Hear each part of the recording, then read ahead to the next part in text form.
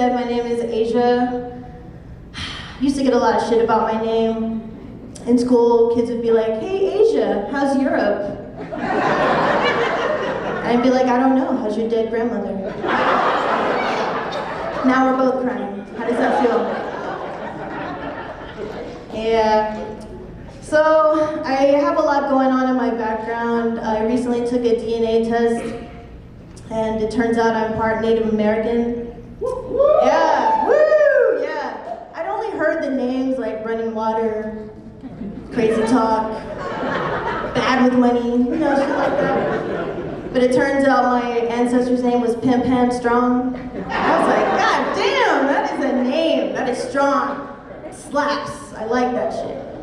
And then I thought about it and I was like, he was a baby named that? That's crazy. What was he doing? Just walking around with a corn cob slapping people like, where's fucking maize, bitch?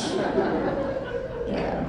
More recently, I like to identify as half black, half predator. The whites love that joke. Pimps and predators. So, anybody single out here?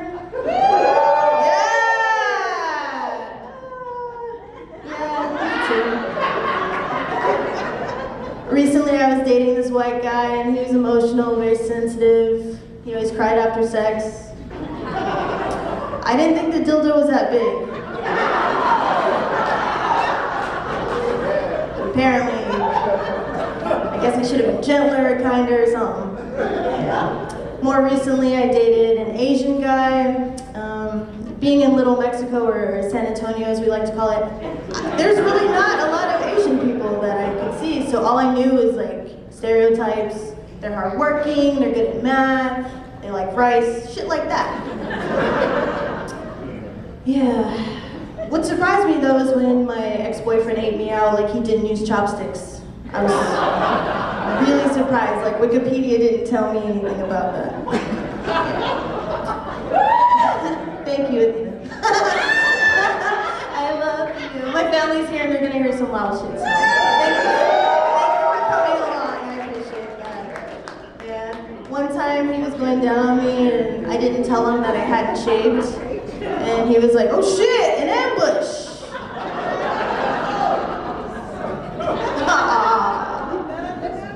Thank you so much.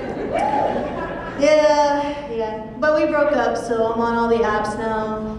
Swiping for ass on Tinder, Bumble, DoorDash, Uber Eats. There's a reason I'm San Antonio Slim. Like I don't mind paying that extra $25 not to have to move. Like that's my right as an American.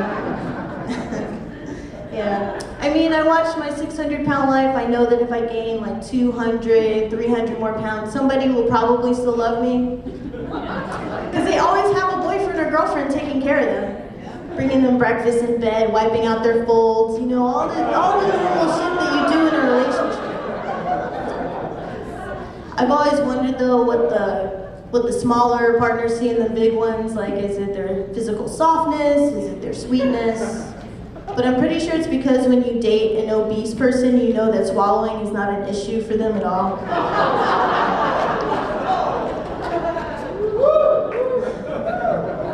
They live life. They're about pleasure. We could all take a page out of the obese book, is what I'm saying.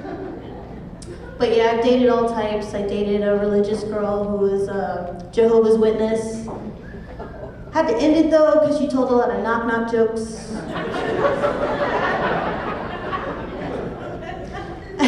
I've dated homosexuals, people who were basically allergic to work, obligations, responsibilities. I mention Indeed and they break out into hives like...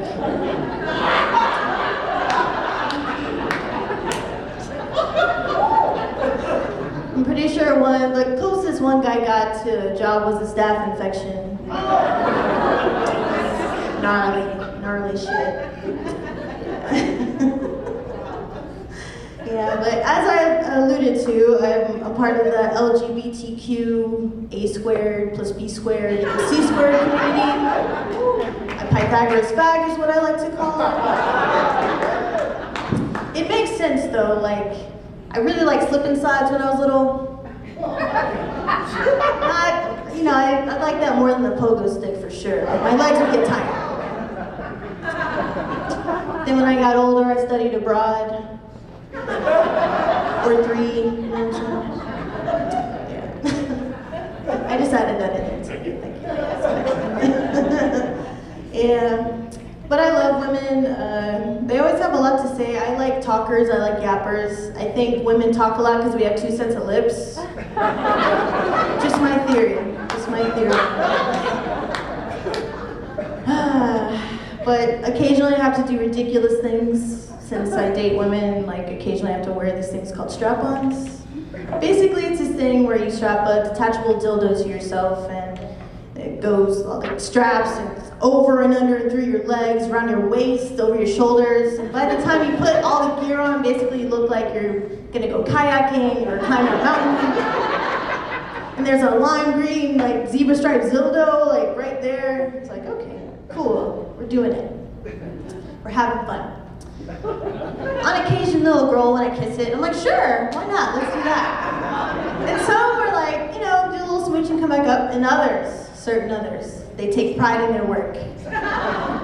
They're using their hands and their mouth and they're doing all these noises like, oh. And I'm like, oh shit, wow. You know I can't feel any of that, right? I applaud the commitment to the bit, but like I can't feel goddamn thing. You look great though, just keep going. And she's choking on the plastic and I'm like, yeah, you're a nasty little sea turtle, huh?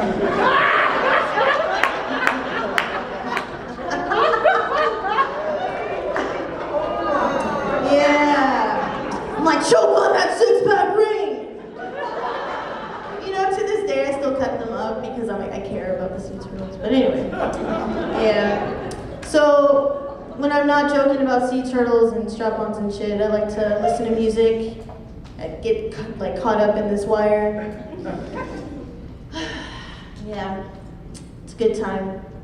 I've been listening to this disabled rapper called Little Help. I watched a video and he was holding the gun sideways and I wasn't sure like if he could hold it up right or like, I don't know, he looked cool, he looked tough. I was like, I'm scared. He rolled up in his motorized wheelchair and he was like, give me your money. And I was like, oh shit, look at that. I'm glad that, you know, the gangs went out to the crippled sector and got more members.